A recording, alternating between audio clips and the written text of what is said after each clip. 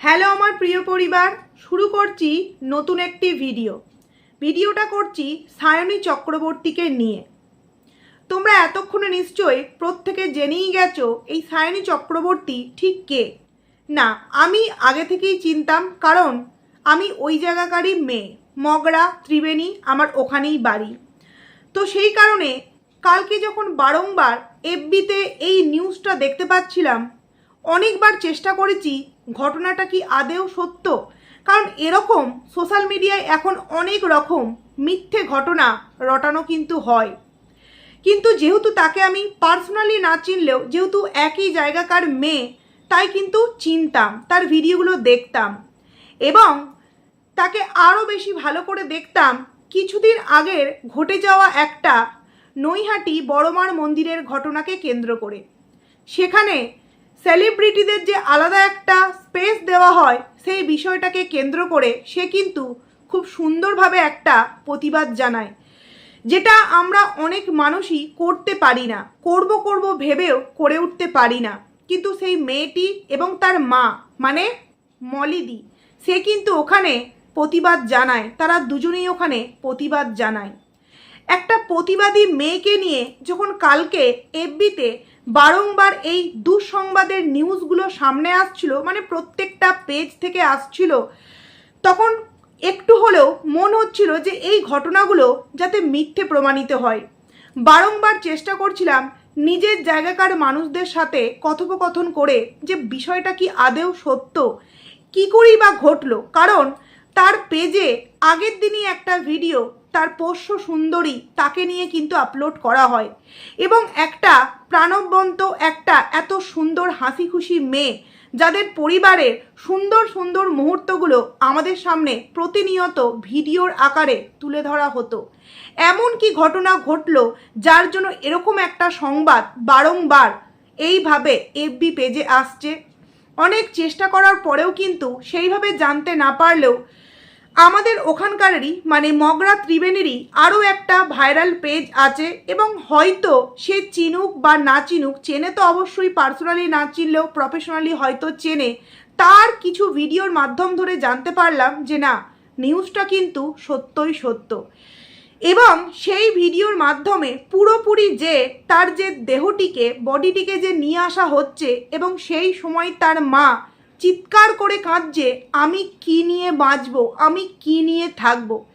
এই যে মায়ের যে বুক ফাটা একটা কান্না, একটা আর্তনাদ, এটা কেন সন্তানেরা বুঝতে পারে না? কি এমন জীবনে ঘটেছিল যার জন্য তাকে এত অল্প বয়সে চলে যেতে হলো? নৈহাটির বড়মার মন্দিরে তার সেই প্রতিবাদী একটা ভিডিও তাকে কিন্তু আরও মানুষের সামনে পপুলার করে দেয়, কারণ প্রত্যেকে এরকমভাবে প্রতিবাদ করতে পারে না। যদি সত্যিই প্রত্যেকে এইভাবে প্রতিবাদ করতে পারতো, তাহলে হয়তো এই ধরনের নোংরামোগুলো হতো না, যে আলাদা মানুষের জন্য আলাদা আলাদা লাইন। তার আগেও কিন্তু আমরা দেখেছি, এই যে কিছুদিন আগে নেট পরীক্ষা যে প্রশ্নপত্র ফাঁস, এই নিয়েও কিন্তু সে প্রতিবাদ জানিয়েছিল।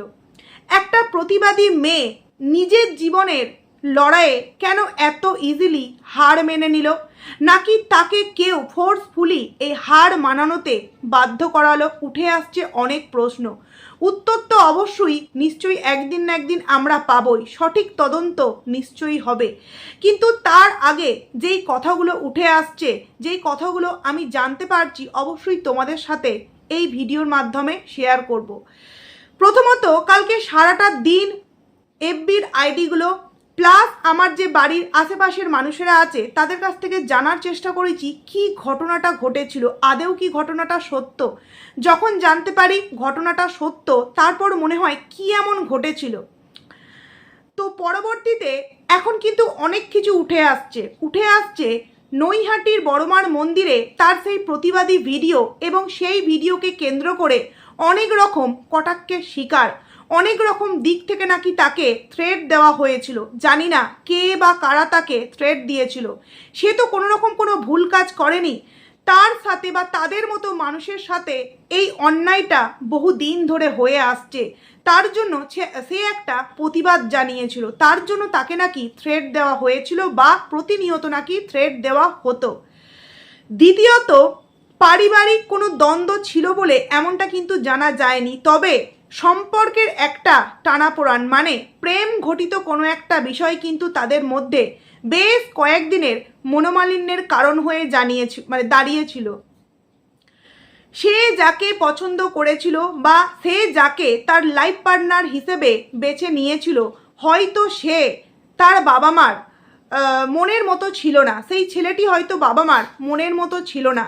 যতদূর আমি জানতে পারলাম হয়তো কাস্ট সম্পর্কিত একটা কোনো বিষয় ছিল। দেখো, কতটা সত্য কতটা মিথ্যা এগুলো জানি না, কারণ এই মুহূর্তে যেহেতু ঘটনাটা ঘটেছে, চারিদিক থেকে অনেক রকম নিউজ আসছে, এবং যেহেতু আমি ওই জায়গাকারই মেয়ে, মগরা, ত্রিবেণী, কুন্তিঘাট, কলাছড়া এই সমস্ত জায়গার আশেপাশে আমরা সব থাকি, এবং আমাদের ওখানে বাগাটি রামগোপাল স্কুলে এবং কলেজে পড়াশোনা করেছে, আমিও প্রভাবতী বালিকা বিদ্যালয়ে পড়াশোনা করেছি। তাই কোথাও না কোথাও এতটাই কষ্ট হচ্ছিল, এতটাই খারাপ লাগছিল যে হয়তো খবরটা মিথ্যা প্রমাণিত হয়, কিন্তু না, পরবর্তীতে সত্য প্রমাণিত হলো। এবং অনেক মানুষ বলছেন যে প্রচণ্ড পরিমাণে নাকি ডিপ্রেশনে চলে গিয়েছিল। কিন্তু প্রশ্ন হচ্ছে, যেই মেয়েটি আগের দিন সকালেও তার পোষ্য সুন্দরীকে নিয়ে ভিডিও দিল এবং খুব সুন্দরভাবে হাসি খুশিভাবে ভিডিও দিল, সেই মেয়েটি এমনটা কেন করলো? কিছুদিন আগে সে এলএলবি পাসও করে, তারই একজন ক্লাসমেট এরকমই একটা বক্তব্য দিয়েছে বা জানিয়েছে যে কিছুদিন আগেই কিন্তু তারা কল্যাণীর একটা কলেজে একসাথে কিন্তু পরীক্ষা দেয়। তাকে দেখে মনে হয়নি যে সে এতটা ডিপ্রেশনে আছে বা কোনো একটা বিষয়ে সে প্রচণ্ড পরিমাণে চিন্তিত, প্রচণ্ড পরিমাণে কষ্টে আছে ভেতরে ভেতরে। এবং সে কিন্তু সামনে কিছু একটা এক্সামের জন্য পড়াশোনা করছিল, এরকম কিছু একটা পরীক্ষার প্রস্তুতি কিন্তু নিচ্ছিল। সব থেকে অবাক করা বিষয় ডিপ্রেশন। মানুষ কিন্তু ক্যান্সার বলো বা ক্যান্সারের থেকেও আরও এই সময়ে যেই সমস্ত মারাত্মক রোগগুলো হচ্ছে মানুষের শরীরে, সেগুলোর জন্য তারা অনেক ট্রিটমেন্ট করায়, যথাসাধ্য নিজেকে সুস্থ করার চেষ্টা করে। কিন্তু কথা হচ্ছে, ডিপ্রেশন হলে বা ডিপ্রেশনে একটা মানুষ গেলে সে কেন বা তার পরিবার কেন তাকে চিকিৎসকের কাছে নিয়ে যেতে এত দ্বিধাবোধ করে? ডিপ্রেশন কতটা খারাপ জিনিস, এবং এই ডিপ্রেশনের বশবর্তী হয়ে কত মানুষ অকালে এইভাবে আমাদের ছেড়ে চলে যাচ্ছে। বুধবার দিন জানতে পারি অনিক দত্ত উনি আমাদের মধ্যে আর নেই। প্রথমত জানতে পারি উনি হসপিটালাইজড আছেন, মানে ছাদ থেকে নাকি পড়ে গিয়েছেন। তার কিছুক্ষণ পর কিন্তু ওনার মৃত্যু সংবাদটা আমরা এই নিউজ চ্যানেল থেকেই পাই। আর ঠিক তার পরের দিন বৃহস্পতিবার দুপুর 12টা থেকে 12:30টার মধ্যে সায়নীর এই অকাল প্রয়াণ সম্পর্কে আমরা জানতে পারি। হচ্ছেটা কি? এবং দুটো ঘটনায় কিন্তু যতটুকুনি জানা যাচ্ছে ডিপ্রেশন। যদি কোনো সম্পর্কের টানাপোড়েন হয়েও থাকে, সেটা কোনো না কোনো একটা সলিউশন তো নিশ্চয়ই ছিল, তাই না? কোনো কিছু একটা আমি প্রবলেমে পড়েছি, সেই প্রবলেম থেকে বাঁচার জন্য আমাকে পৃথিবী থেকেই চলে যেতে হবে, এটা কোনো কি উপায় হলো? সে হয়তো এতটাই ডিপ্রেশনে চলে গিয়েছিল, সে হয়তো আর কোনো দিক বাঁচার জন্য খোলা তার কাছে ছিল না, সে হয়তো খুঁজে পাচ্ছিল না।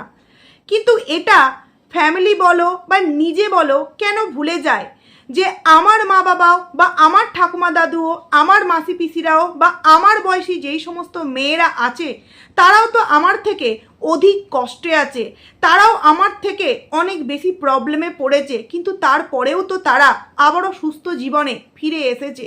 তাহলে আমি কেন পৃথিবী থেকে চলে যাব? কেন আমি এমন একটা সিদ্ধান্ত নেব যার জন্য আর এই দুনিয়াতে আমার থাকার কোনো অধিকারই থাকবে না? সমস্ত কিছু রোগ হলে আমরা কিন্তু আগে ডক্টরের কাছে যাই, নানান রকম টেস্ট করি, কিন্তু কেন মানুষ ডিপ্রেশনে চলে গেলে ডক্টরের কাছে যেতে এত লজ্জাবোধ করে বা তার পরিবার এত লজ্জাবোধ করে? কি না, মানুষ বলবে ডিপ্রেশনে চলে গেছে মানে পাগল হয়ে গেছে, পাগলের ডক্টরের কাছে নিয়ে গেছে। এই ভাবনা, এই চিন্তা কেন আসবে মানুষের মনের মধ্যে, তাই না? বড়মার মন্দিরে গিয়ে যেই সেলিব্রিটিদের লাইন নিয়ে যেই একটা প্রতিবাদ জানিয়েছিল, তার জন্য নাকি তাকে নানান রকম কটাক্ষের শিকার হতে হতো, আর সেটা হয়তো বেশিরভাগটাই সোশ্যাল মিডিয়ায় তাকে সেই কটাক্ষের শিকার হতে হতো। এটা অনেক মানুষের ধারণা, কিন্তু আমার বক্তব্য হলো, যদি তার এই বিষয়ে সত্যি প্রচণ্ড পরিমাণে প্রবলেম হচ্ছিল বা থাকতো, তাহলে সে একজন শিক্ষিত মেয়ে, সে নিশ্চয়ই পুলিশ প্রশাসনের দ্বারস্থ হতো। কিন্তু সে কিন্তু সেটা করেনি, বা তার পরিবারও কিন্তু সেটা করেনি। আর সে যে ভিডিওটা করে ভাইরাল হয়েছিল, মোটামুটি আগে থেকেই তো পরিচিতি ছিল, কিন্তু পরবর্তীতে সে যখন আরও ভাইরাল হয়, তাতে কিন্তু তাকে বেশিরভাগ মানুষ সাপোর্ট করে, কারণ তার ওই প্রতিবাদী একটা যে আওয়াজ, সেই আওয়াজ কিন্তু প্রত্যেকটা মানুষ খুব সুন্দরভাবে গ্রহণযোগ্যতা দিয়েছিল। তার আগের দিনও আমরা দেখেছি সে তার পোষ্য সুন্দরীকে নিয়ে সুন্দরভাবে ভিডিও আপলোড করেছে। তাহলে এমন কি ঘটনা বৃহস্পতিবার দিন সকাল থেকে দুপুরের মধ্যে হলো, যার জন্য তাকে এরকম একটা ডিসিশন নিতে হলো? কেনই বা সে এত অল্পতে ভেঙে পড়লো? সত্যি কথা বলতে, আমার এই ভিডিওর মাধ্যম ধরে আমি যেই সমস্ত এখনো পর্যন্ত যারা আছো প্রচণ্ড পরিমাণে ডিপ্রেশনে আছো কোনো একটা কারণ, দেখো মানুষ মাত্রই কিন্তু চিন্তা থাকবেই। সে হোক কোনো একটা হাউসওয়াইফ, কোনো একটা নর্মাল পড়াশোনা করছে মেয়ে হোক, কোনো ছেলে হোক, ডিপ্রেশন কিন্তু প্রত্যেকের মধ্যেই থাকে, মানে চিন্তা। কিন্তু তাকে শক্ত হতে হবে, কারণ এতটুকুনি ধৈর্য সহ্য যদি তার মধ্যে না থাকে, তাহলে সে ভবিষ্যতে আরও যখন বড় বড় প্রবলেমের মধ্যে পড়বে, তখন সে নিজেকে কি করে সেই প্রবলেম থেকে উদ্ধার করবে। তাই নিজের মনের মধ্যে এতটা শক্তি বা এতটা স্ট্রং নিজেকে বানাতে হবে যে যতই ঝড় আসুক না কেন, আমার পথটা যদি সঠিক হয়ে থাকে, আমি নিশ্চয়ই একদিন না একদিন সফল হব। কিন্তু কেন জানি না একের পর এক এইরকম দুঃসংবাদ আমরা পেয়েই চলেছি। এই যে অনিক দত্ত উনি যে মারা গিয়েছেন, তার কোনো কারণ কিন্তু এই মুহূর্তে জানা যাচ্ছে না। একটাই কারণ, ডিপ্রেশন। প্রচণ্ড ডিপ্রেশনে উনি ছিলেন, যেটা হয়তো নিজের পরিবার, নিজের রিলেটিভ, নিজের আত্মীয় স্বজন, নিজের মানে যেই জায়গায় কাজের জায়গা, সেখানেও কিন্তু প্রকাশ করতে পারেনি। কী এমন কারণ থাকতে পারে যার জন্য এত ডিপ্রেশন? হতেই পারে সম্পর্কের টানাপোড়ান, সেটা তো বাড়ির লোকের সাথে আলোচনা করলেও পারতো। তবে যতদূর জানা যাচ্ছে যে সে এমন একটা ছেলেকে ভালোবেসেছিল, সেই ছেলেটিকে বাবা মা মানে বাড়ির মানুষেরা অতটা পছন্দ করতো না। তবে সেই কারণেই কি এরকম একটা সিদ্ধান্ত? সেই জন্যই কি নিজের প্রাণটাকে এইভাবে অকালে দিয়ে দিতে হলো? সত্যিই ভাবতে না অবাক লাগছে যে এত অল্প বয়সে একটা প্রাণবন্ত, মানে একটা যাকে বলে কি বলবো, খুব সুন্দর একটা প্রতিবাদী মুখ আমরা কি করে এইভাবে একের পর এক হারিয়ে ফেলছি। যারা অল্পতেই ভেঙে পড়ে, যারা খুব অল্প ছোট্ট ছোট্ট বিষয়ে দুঃখ প্রকাশ করে, তাদের উদ্দেশ্যে বলবো, স্ট্রং হও, নিজেকে শক্ত করো। প্রত্যেকটা মানুষের জীবনেই কিন্তু বিপদ আসে, কিন্তু বিপদ আসার পর কিন্তু আবারও সুখের দিন আসে। তাই বিপদের সময় ভেঙে পড়ো না, বরঞ্চ সেই বিপদ থেকে নিজেকে কিভাবে উদ্ধার করবে সেই চেষ্টাটা করো। মানুষ মাত্রই কিন্তু জীবনে প্রবলেম থাকবে, আর সেই প্রবলেমের একমাত্র সলিউশন পৃথিবী ছেড়ে চলে যাওয়া, এটা কিন্তু কখনোই হতে পারে না। তুমি তো চলে গেলে, তুমি যাওয়ার পর তুমি যাওয়ার আগে একবারও চিন্তা করেছো তোমার মা, তোমার বাবা, তোমার বোন কিভাবে তারা থাকবে?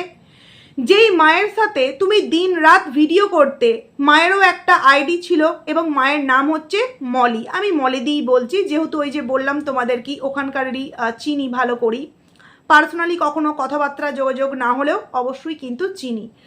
তো উনিও কিন্তু ওনার আইডি থেকে খুব সুন্দর সুন্দর এই পোষ্য সুন্দরীকে নিয়ে ভিডিও করতো।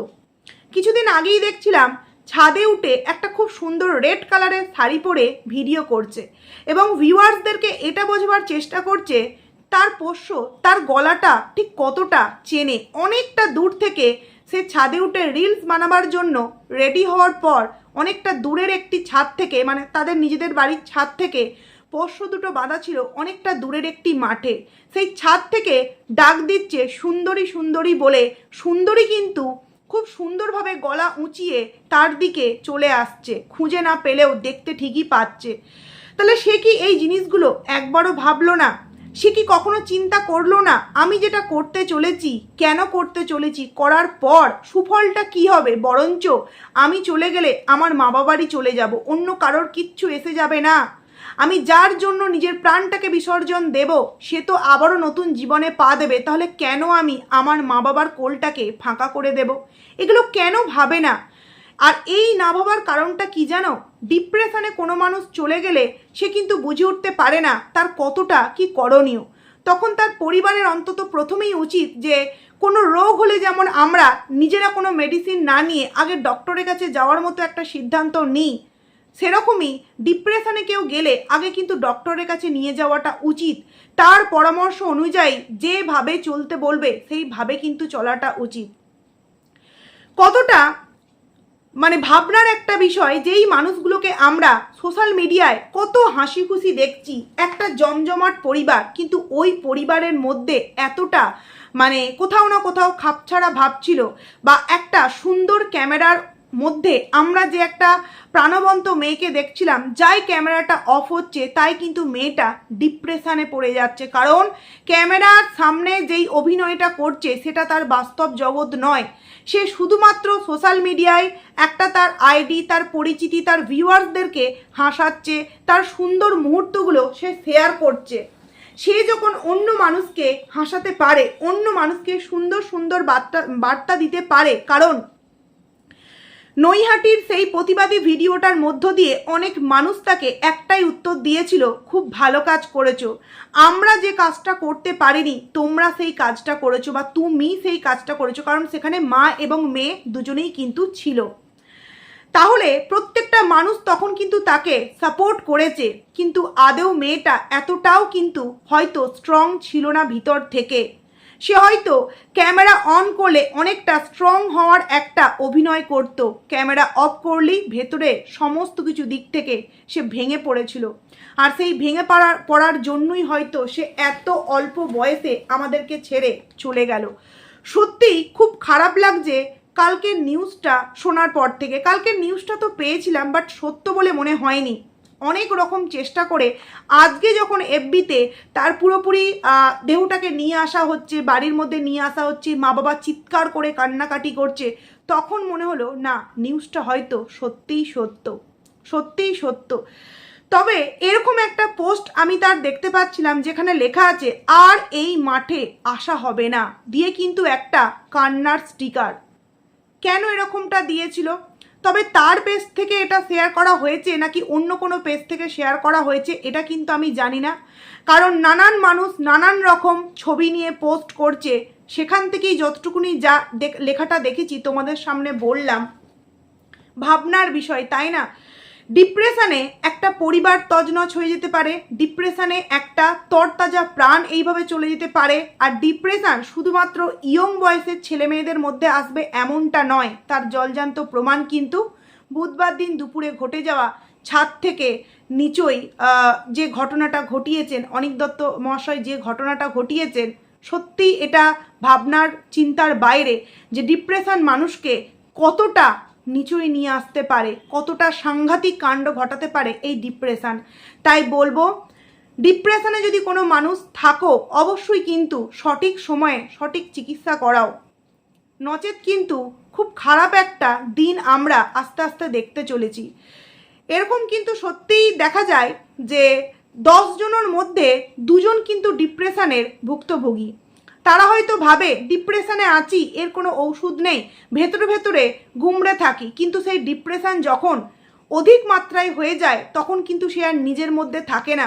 সে কি করছে, কি করতে চলেছে, তার করার পর তার পরিবারের কি অবস্থা হবে, সে কিন্তু সেগুলো নিয়ে আর চিন্তা ভাবনা করে না। আর তারপরেই কিন্তু এরকম একটা কি বলবো খারাপ পরিস্থিতি তৈরি হয়।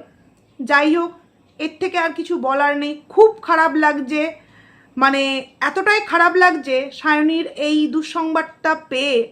তার মা বাবাকে কি বলে সান্ত্বনা দেব জানি না, তবে এটাই প্রত্যেকের উদ্দেশ্যে আমার এটাই বার্তা, ডিপ্রেশনে থাকলে অবশ্যই কিন্তু যেমন ছোট্ট একটা রোগ হলে, জ্বর সর্দি হলে আমরা ডক্টরের কাছে যাই, সেরকম ডিপ্রেশনে থাকলেও কিন্তু ডক্টরের কাছে যেও, নিজের চিকিৎসাটা করিও। এইভাবে নিজে তো নিজের মতো করে চলেই গেলে নিজের পরিবারটাকেও এইভাবে কষ্টের মধ্যে ফেলে রেখো না। এটাই আমার ভিডিওর মধ্যে প্রত্যেকের কাছে একটা রিকোয়েস্ট রইল। এবং সব শেষে সায়নীর আত্মার শান্তি কামনা করি, যেখানেই থাকুক ভালো থাকুক, আবারও আমাদের মধ্যে ফিরে আসুক এবং সুস্থভাবে খুব সুন্দর একটা মন নিয়ে, এটাই বলবো।